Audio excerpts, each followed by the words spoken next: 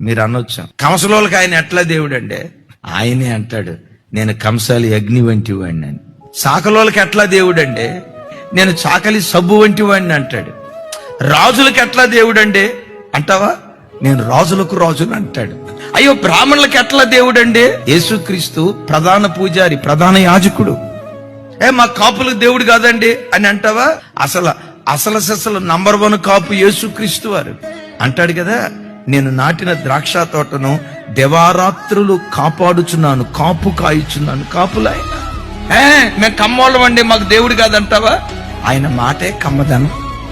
మేము మాదిగోళ్ళం అండి, యేసు ప్రభు మా దేవుడు కాదంటావా? దండోర వేసిందే బైబిల్. ప్రపంచంలో ఎన్ని జాతులు ఉన్నాయో, ఎన్ని కులాలు ఉన్నాయో, నాసిక రంధ్రాలలో ఊపిరి ఉన్న ప్రతి మనుషునికి యేసే యేసే యేసే నిజదేవుడు. ఆయన తప్ప వేరొక దేవుడు లేడు.